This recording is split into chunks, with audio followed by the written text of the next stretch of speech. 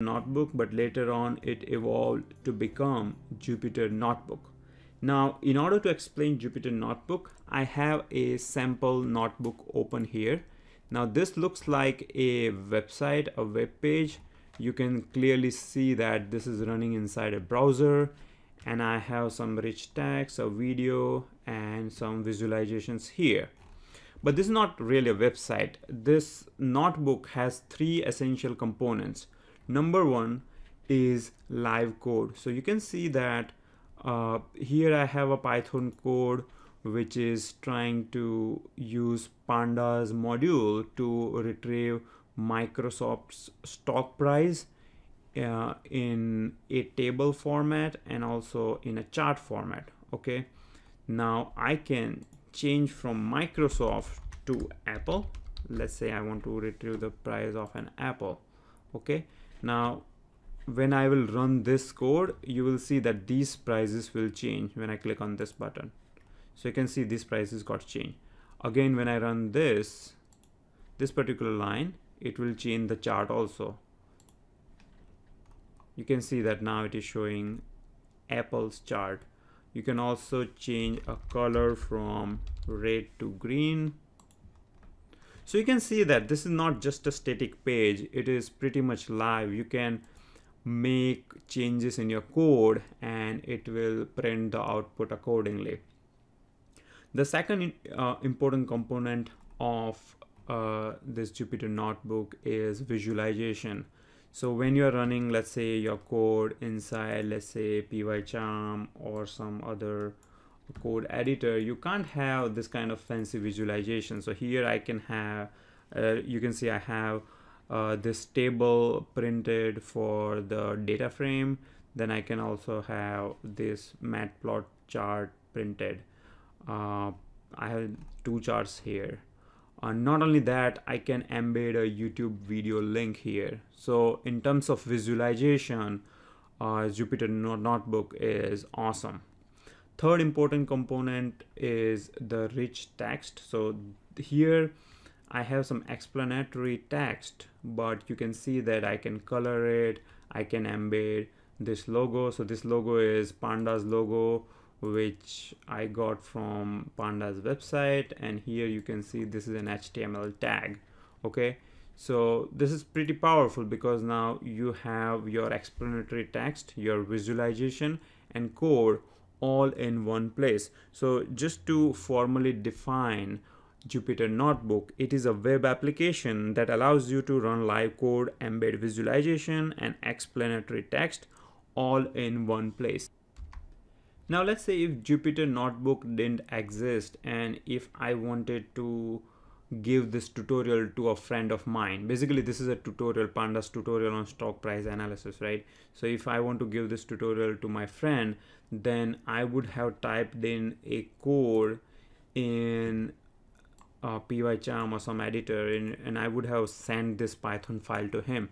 But you can see that in order to write comments, I have to use the Python comments, and you don't get very nice visualization. You can see, you can notice the difference between these two. So let me open this side by side and you will notice how dull the explanation would be if I had to use Python comments. So okay, I have these two things side by side open, and you can see that if I had to give a tutorial, I would write this thing like using Python comment. You can see, and I have same thing here, but it looks much more visually appealing, right? So I have this chart types, I have Pandas logos here, I have different color, and not only that, this YouTube video link I have right in the notebook. So whoever is looking at the tutorial can just play it here and see it.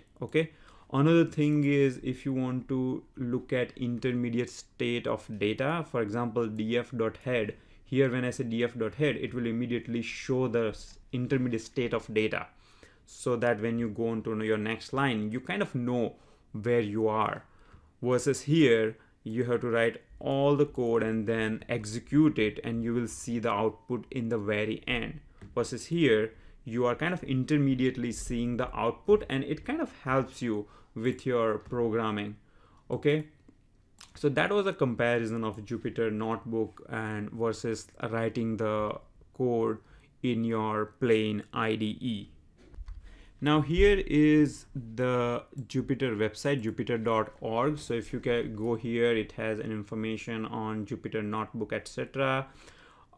If you check some of the facts about Jupyter notebook, then you will notice that the first one is it supports 40 programming languages. So it is not just about Python. It has so many other languages supported. All right. Second advantage is you can share your notebook. So you can email, you can use Dropbox or GitHub to share your notebooks.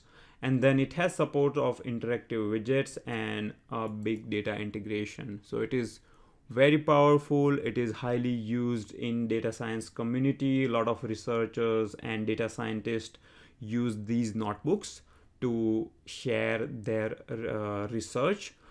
If you Google Jupyter notebook gallery, then you will find many examples of these notebooks. So the one I like here is basically present on GitHub, and here you will see a gallery of a lot of interesting notebooks, all related to statistics, machine learning, earth science, signal processing, and so on. And I have two sample notebooks open here. So you can see that this one is on logistic models of whale switching in Bangladesh, and basically whoever is doing this analysis, he will type in some explanatory text, he will have some code running to kind of convey his point. You will have some charts plotted here. You can see there are some fancy charts plotted here. Matplotlib has support for many rich charts, and you will see them being used on this notebook here. All right, the other one I have is the analysis on gun violence using Wikipedia data.